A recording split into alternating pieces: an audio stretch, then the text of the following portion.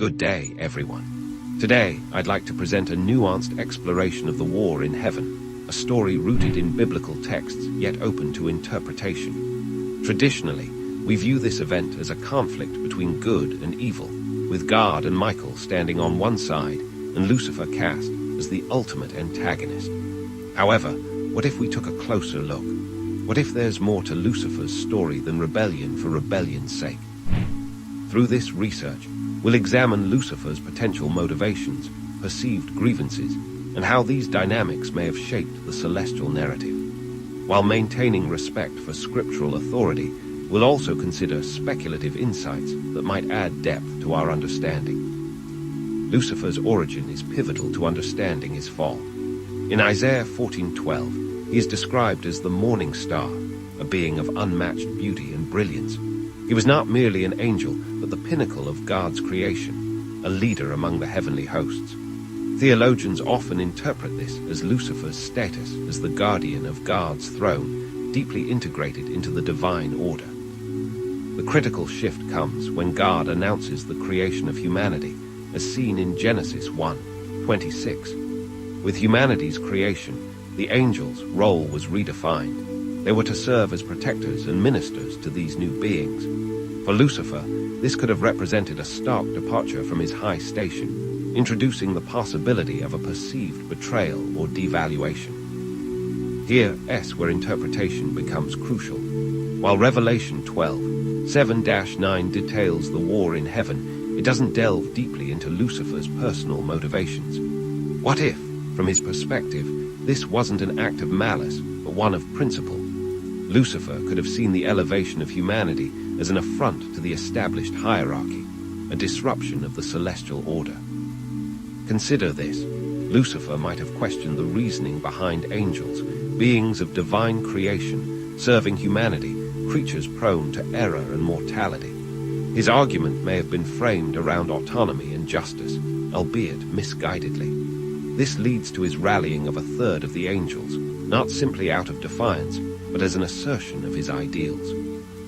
One intriguing angle to explore is whether Lucifer's fall was foreseen or even permitted as part of a greater divine plan. Revelation 12:4 mentions a third of the stars being swept from heaven, a vivid imagery of the rebellion's scale.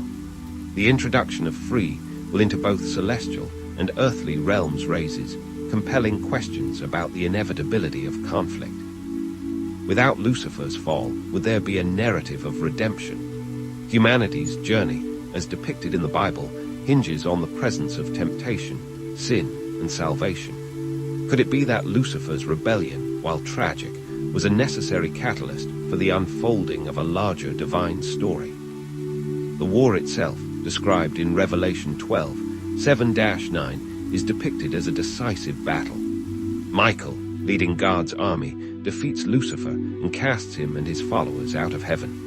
This moment is often seen as a victory of good over evil, but it also marks a turning point in cosmic history. Symbolically, this event underscores the consequences of pride and disobedience.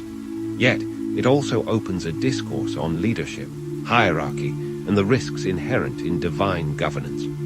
The question remains, was Lucifer's rebellion a moment of defiance or a response to perceived injustice? Post-fall, Lucifer's transformation into Satan, the adversary, solidifies his role as the antagonist in biblical narratives. However, this shift raises an interesting point. Was he always destined to fall, or did circumstances, both his own and those beyond his control, shape his trajectory? From a research perspective, this opens a discussion on predestination versus free will. Lucifer's choices, though ultimately his own, appear influenced by his environment and his perception of fairness in God's decisions. In closing, Lucifer's story is far more complex than a simple narrative of rebellion.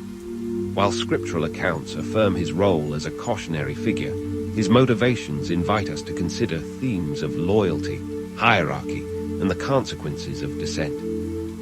This exploration isn't to absolve Lucifer, but to understand the dynamics of his fall.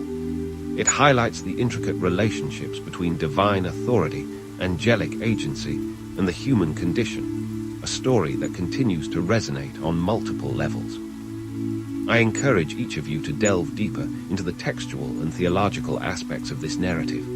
Understanding such stories can offer valuable insights into broader themes of leadership, morality, and divine purpose.